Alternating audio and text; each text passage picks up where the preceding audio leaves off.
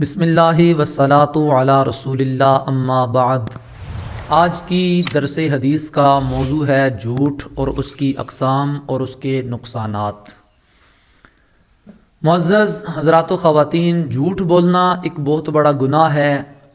اس سے اللہ تبارک و تعالی نے قرآن کے اندر اور میرے اور آپ کے لجپال نبی نے اپنے فرمان کے اندر منع فرمایا ہے۔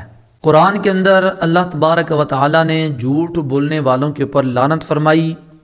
ارشاد فرمایا کہ لعنت اللہ علی الکاذبین، کہ اللہ تبارک و تعالیٰ کی جھوٹوں کے اوپر لعنت ہے۔ چھوٹا ہو یا بڑا ہو، تھوڑا ہو یا زیادہ ہو، جھوٹ جھوٹ ہوتا ہے۔ ایک حدیث مبارکہ ہے، آقا علیہ الصلاۃ والسلام نے ارشاد فرمایا کہ جب انسان جھوٹ بولتا ہے تو اس کے دل کے اوپر ایک سیاہ دبا لگتا ہے۔ پھر فرمایا کہ وہ دوسری مرتبہ جب جھوٹ بولتا ہے تو پھر دوسرا دبا لگتا ہے۔ پھر فرمایا کہ تیسری مرتبہ جب وہ جھوٹ بولتا ہے تو تیسرا دبا لگتا ہے۔ پھر ارشاد فرمایا کہ چوتھی مرتبہ وہ جھوٹ بولتا ہے تو ایک اور دبا لگتا ہے۔ یوں کرتے کرتے جھوٹ بولنے کی وجہ سے سارا دل مکمل سیاہ ہو جاتا ہے۔ فرمایا کہ دل مکمل سیاہ ہو جاتا ہے۔ جس طرح انسان زندگی کے اندر جھوٹ بولتا رہتا ہے، اس کا دل جب مکمل سیاہ ہوتا ہے تو پھر دل کو سکون نہیں ملتا، نہ قرآن کی تلاوت کے اندر، نہ نماز کی لذت کے اندر، نہ اللہ رب العزت کے ذکر کے اندر۔ پھر دل پریشان رہتا ہے، پریشانی کی حالت کی وجہ سے عبادت کرنے کا دل نہیں کرتا، اللہ اللہ کرنے کا دل نہیں کرتا، پھر حتیٰ کہ انسان کی عادت بن جاتی ہے۔ صحابہ کرام نے عرض کی کہ یا رسول اللہ، جب دل مکمل سیاہ ہو جائے جھوٹ بولنے کی وجہ سے تو پھر اس کی صفائی کیسے کی جائے، اسے صاف کیسے کیا جائے؟ تو میرے اور آپ کے لجپال آقا علیہ الصلاۃ والسلام نے ارشاد فرمایا کہ انسان پھر صدق دل سے توبہ کرے اللہ رب العزت کی بارگاہ کے اندر۔ وہ ایک مرتبہ توبہ کرے گا، اللہ رب العزت اس کے دل کو اس بیماری سے پاک فرما دے گا۔ معزز حضرات، جھوٹ بولنا انسان کے رشتوں کو بھی تباہ کرتا ہے۔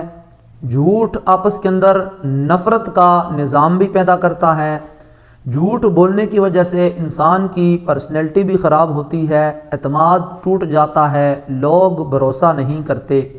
حضور علیہ الصلاۃ والسلام کی بارگاہ کے اندر ایک شخص حاضر ہوا، اس نے عرض کی یا رسول اللہ، میں اسلام تو لے کر آؤں گا لیکن میں 3 بدکاریاں کرتا ہوں، تینوں میں سے کوئی ایک چھوڑوں گا، اور اگر پھر میری مرضی ہوئی تو میں سب کو چھوڑ دوں گا۔ حضور نے اس کے اوپر زور نہیں ڈالا۔ آقا علیہ الصلاۃ والسلام نے ارشاد فرمایا کون کون سے کام کرتے ہو؟ اس نے کہا کہ یا رسول اللہ، میں زنا کرتا ہوں، اور میں جھوٹ بولتا ہوں، اور میں شراب پیتا ہوں۔ تو ان میں سے آپ بتائیں، میں کوئی ایک کام چھوڑوں گا۔ آقا علیہ الصلاۃ والسلام نے ارشاد فرمایا کہ تم جھوٹ بولنا چھوڑ دو۔ حتیٰ کہ زنا کرنا جھوٹ بولنے سے بڑا جرم ہے، شراب پینا جھوٹ بولنے سے بڑا جرم ہے، لیکن میرے آقا علیہ الصلاۃ والسلام نے ارشاد فرمایا کہ تم جھوٹ بولنا چھوڑ دو۔ اب وہ واپس چلا گیا اس شرط کے اوپر کہ میں جھوٹ نہیں بولوں گا۔ جب واپس گیا تو دوسرے گناہوں کی طرف جانے لگا، تو اس نے سوچا اگر حضور کا سامنا ہوا تو حضور نے پوچھا کہ تم نے شراب پی تو پھر جھوٹ بولنا پڑے گا، اور جھوٹ بولنے سے تو حضور نے منع کیا ہے، اور اگر حضور نے پوچھا کہ تم نے بدکاری کی تو جھوٹ بولنے سے حضور نے منع کیا، اور اسی کے اوپر میرا حضور کے ساتھ عہد ہوا ہے۔ تو اس نے کہا کہ اب جھوٹ بولنے کی وجہ سے میں یہ دونوں کام نہیں کر سکتا۔ تو اس نے یہ سوچا کہ سرکار کی بارگاہ کے اندر جاؤں گا تو حضور پوچھیں گے گناہوں کے بارے میں، تو جھوٹ تو میں بول نہیں سکتا، کیونکہ اسے اس بات کی خبر تھی کہ جب میں جاؤں گا اور اگر میں نے جھوٹ بولا بھی تو اللہ کے نبی کو اللہ نے اتنا علم دیا ہے کہ وہ میرے دل کی بات جانتے بھی ہیں اور پہچانتے بھی ہیں۔ تو اس نے جھوٹ بولنا ترک کیا، اور اس کی وجہ سے اس نے وہ 2 بڑے گناہ چھوڑ دیے، اور وہ مکمل مسلمان مومن ہو کے اسلام کے اندر داخل ہو گیا۔ حضرات محترم، اسی طرح ہماری زندگی کے اندر ہم جھوٹ بول کے معاشرے کے اندر تباہ کاریاں اور معاشرے کے اندر اپنا اعتماد، بھروسہ، عزت، نفس، یہ سب کچھ خراب کر دیتے ہیں، اور بعد میں اس کا قصوروار ذمہ دار کسی اور کو ٹھہراتے ہیں۔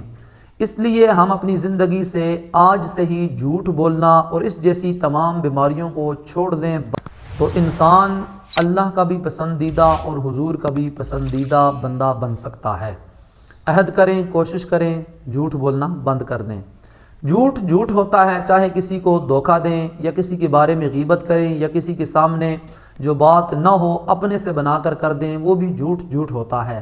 تو اس لیے اللہ کی لعنت سے بچنے کے لیے، فرشتوں کی لعنت سے بچنے کے لیے اور مومنوں کی لعنت سے بچنے کے لیے جھوٹ چھوڑنا پڑے گا اور اسلام اور قرآن کے اوپر عمل کرنا پڑے گا۔ میں سب سے پہلے دعا گو ہوں کہ اللہ پہلے مجھے اور پھر آپ سب کو اس بیماری سے محفوظ رہنے کی توفیق اور ہمت عطا فرمائے۔ اللہ تبارک و تعالی آپ کو اس خوبصورت رمضان کی پروقار رونقیں، بہاریں، ساعتیں نصیب فرمائے۔